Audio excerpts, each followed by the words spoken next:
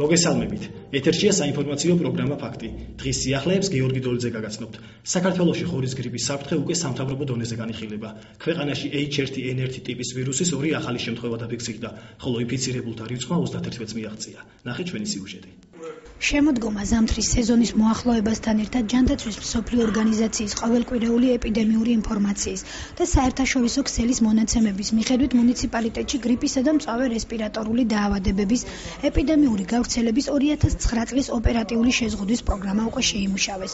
შეიქმნა ინფექციების პროფილაქტიკის კომისია, რომელშიც მმართველობის ადგილობრივი ორგანოების, სამედიცინო და სასწავლო დაწესებულებების ხელმძღვანელები ერთიანდებიან. თავმჯდომარეობას კი მუნიციპალიტეტის გამგებელი ავთანდილ მექვაბიშვილი უწევს.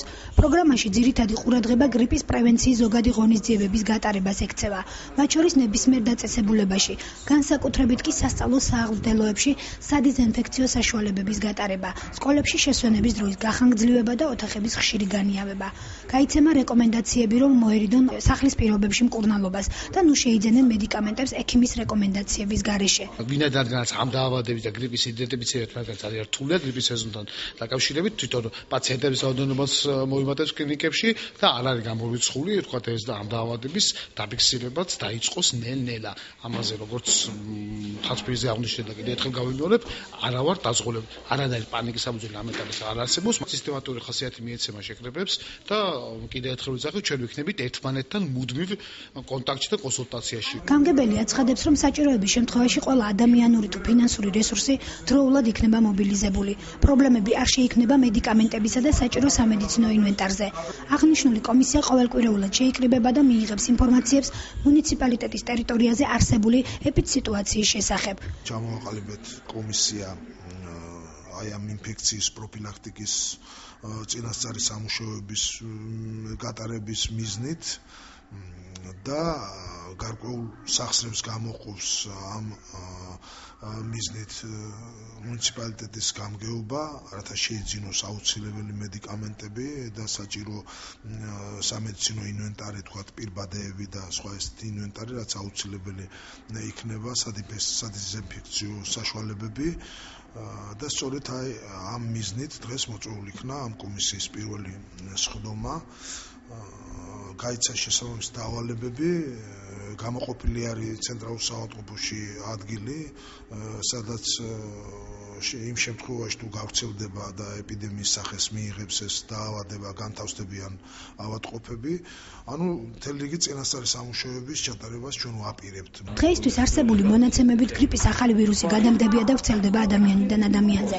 სიმპტომები მსგავსია ჩვეულებრივი გრიპის სიმპტომებისა და მოიცავს ხველას, ყელის, კუნთების, სახსრების და თავის ტკივილს. ავადმყოფს აღენიშნება საერთო სისუსტე, ზოგჯერ დიარეა და პირღებინება. ძირითადად ახალგაზრდებს აინფიცირებს. მკურნალობა სიმპტომატურია. ავადმყოფობის შემთხვევაში აუცილებელია წოლითი რეჟიმი, მაქსიმალური იზოლაცია გარშემომყოფთაგან. მძიმე ფორმებისა და გართულებების შემთხვევაში კი აუცილებელია ჰოსპიტალიზაცია. პრევენციული ღონისძიებებისათვის ასევე რეკომენდირებულია საპნით ხელების ხშირად დაბანა. ყოველი ზამთრის სეზონის წინ საერთოდ მიღებული არის, რომ ჩვენ ვიყოთ მზად ამა თუ იმ ეპიდემიის საწინააღმდეგოდ.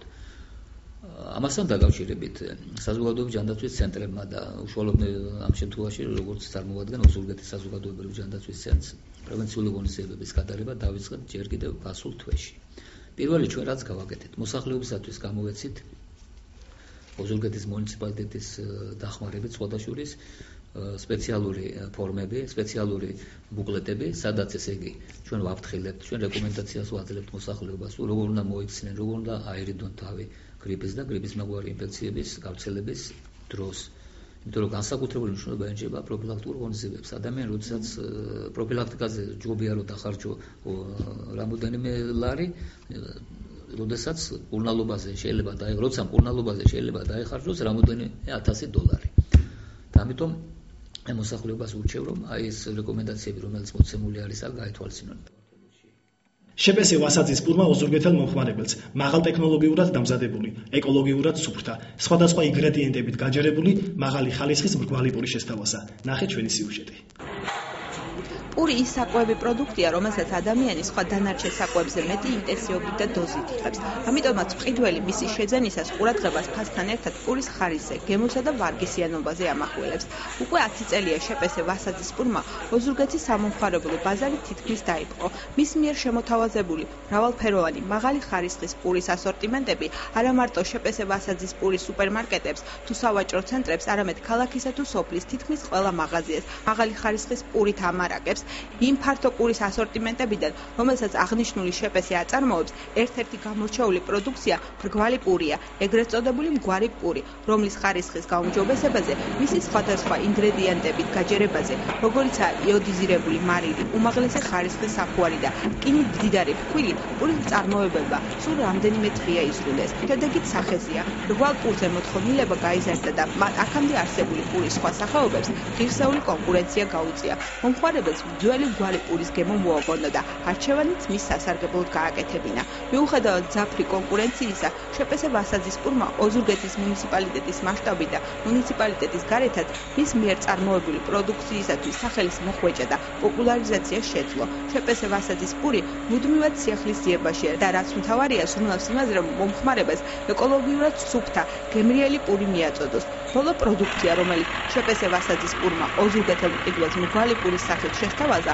უმაღლესი ხარისხის სტანდარტებს აკმაყოფილებს. ამიტომაცაა, რომ მოთხოვნილება ეგრეთ წოდებულ მრგვალ პურზე დღითიდღე მატულობს და მომხმარებელი მას დიდი ინტენსივობით ეტანება.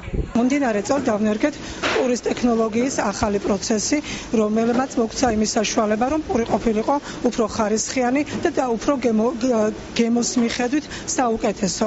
პური ძირითადად შეიცავს იოდიზირებულ მარილს, უმაღლესი ხარისხის საფუარს და რკინით გაჯერებულ ფქვილს.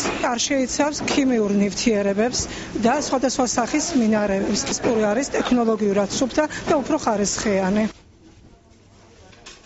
ძირითადი მოთხოვნილება არის მრგვალი პურის. ალბათ იმიტომ ტექნოლოგიურად უკეთესად არის დამუშავებული. უკეთესი ხარისხის არის. ამ პურს დაუბრუნდა ის გემო, რაც ადრე ქონდა. და ამისათვის უფრო მომხმარებელმა უფრო აქტიურად დაიწყო ამ პურის მოხმარება. შევიძინე მრგვალი პური, არის ძალიან გემრიელი და ვარ ხშირი მომხმარებელი. არჩევანს რომელ პურზე აკეთებთ და რომელ პურზე? ვასაძის ქარხნის მრგვალი პური. იმიტომ რომ არის ძალიან გემრიელი, ძალიან კარგი ხარისხის და საერთოდ მინდა ვთქვა, რომ არის ესეთი ქართული გამოთქმა, რომ ქართველები ვართ კარგი პურის მჭამელები. ეხლა კი შემიძლია გურულად დავამატო. ყველას ურჩიო, რომ გავხდეთ ოზურგეთლები ვასაძის კარგი, კაი პურის მომხმარებლები.